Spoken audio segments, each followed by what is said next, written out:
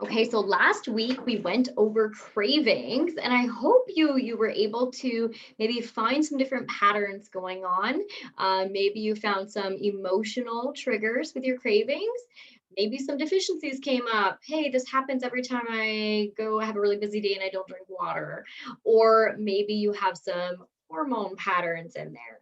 Whatever it is cool. Now you know you're more informed eater. That's a good thing. Okay. The next thing we're going to talk about is habituation and the yo-yo dieting cycle. So,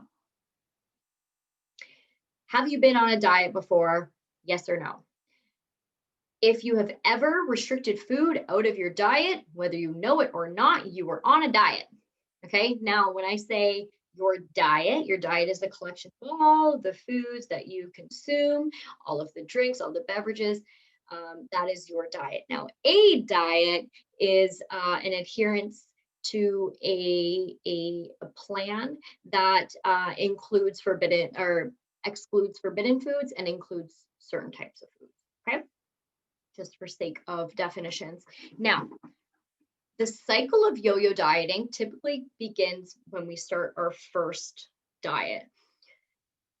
As we start our first diet, typically it starts because we are looking for a different body type. We're looking to change ourselves, and we typically see an initial weight loss. And then as time goes on, it becomes too difficult to maintain. We give in to the foods that are excluded from that diet, and then we tend to regain the weight, if not plus some. And then we are back at the beginning of the cycle of wishing to lose weight again. Now, we are often caught in a pattern of always glamorizing or romanticizing being on a diet. This perpetuates that all or nothing mentality. When I'm on, I'm on. When I'm off, I'm off. That is not healthy. Okay, that is a form of disordered eating. All or nothing mentality, we know from Dr. Janet Polivia's research, that is not a good thing. Okay, so we want to break that cycle. The first way to break that cycle is to learn about that cycle. So we regain some of the weight plus more. Now, what do? Oh my gosh, when I was on that diet, I lost weight. I need another diet. Wrong. Okay. Now, this is where habituation comes in. The habituation effect, and this is the best way to describe it. Imagine the first time somebody says, I love you. Oh my gosh. Rainbows and butterflies and OMG. Okay. Now imagine the 10,000. You're like, yeah, go do the dishes. Okay. That's habituation. You are used to hearing, I love you. Okay. We want you to habituate yourself, get used to the foods that are on your forbidden food list. Okay. This way, after you've had repeated exposure to the foods that you deem as bad or off limits or forbidden, it'll be give or take. They exist just as they are, and you are not affected by them. That's the idea that we want to follow through with, okay? That is food freedom. When you have food freedom and you give yourself the ability to have all foods in your diet if you want them,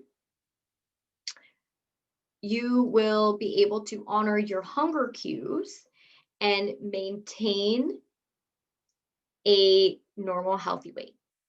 Okay, that is our objective. The more you restrict certain foods, the more you will get perpetuated into that yo-yo dieting cycle. It will always give you false evidence to the brain that you need to be on another diet. Every time you restrict, it will set you up for the restrict binge cycle once again. Okay, so how we do that is we go food by food and we become habituated to it once again. We do that through the practice of mindfulness, and we do it by committing to not start another diet. All foods, you have unconditional permission to eat whatever food you want to eat. Okay, you have permission to eat. You have permission to eat. Give yourself permission to eat. Say it out loud. I give myself permission to eat whatever I want to eat. Now, when you give yourself permission to eat, And you're also honoring your hunger cues. You're also exploring food freedom. You're using, informed nutrition language. You have your values and you have your long-term goals in mind. You won't be set up to give yourself unconditional permission to eat everything you want all the time, all at once. You're still honoring all of those other wonderful parts of you. You're taking self-care into your priority. You're setting boundaries. You are listening to your body. So unconditional permission to eat whatever you want doesn't mean unconditional permission to eat everything all the time, all at once, right? Because you're becoming habituated to the foods that used to be on your forbidden food list. Okay. So, your homework this week is to go through every single diet you have ever been on from the start. I want you to write down your starting. You'll probably remember this. This is how kind of dysfunctional this is. Okay. I want you to write down your starting weight, what time you went through, what the diet consisted of, your end weight, and what happened in between, how you felt. Okay. And then when the next diet started, what weight you were at, so on and so forth. Okay. So I want you to create like a little bit of a flow chart of that, and just, watch your path unfold through the years and reflect back on, where was your mindset at? Does that make sense now when you look at your dieting history and the perpetuation of the yo-yo dieting cycle, that the regain of weight back give you false evidence to be on another diet? And then how does that make you feel, right? If it doesn't make you feel great, then it's definitely time to let go and see value in eating in a healthy, balanced way with food freedom, and avoiding that list of good foods and bad foods, and recovering from that. And it will take time. Okay. So give yourself permission to get it all out there. Um, you know, Write it out, go through it.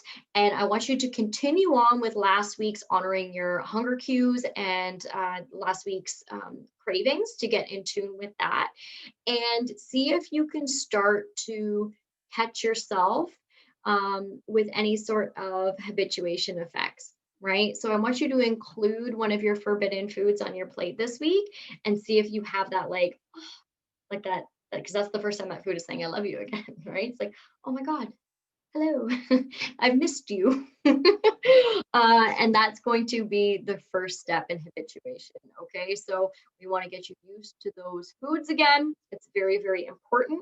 We also want to analyze your dieting history and then commit to breaking the cycle by never going on another diet again. Okay, you have more important things to do. You provide so much value in so many other ways in your life. You are not meant to be cycling through diets for the rest of your life. Commit that it's going to end now. Okay. All right, guys, I will see you next week.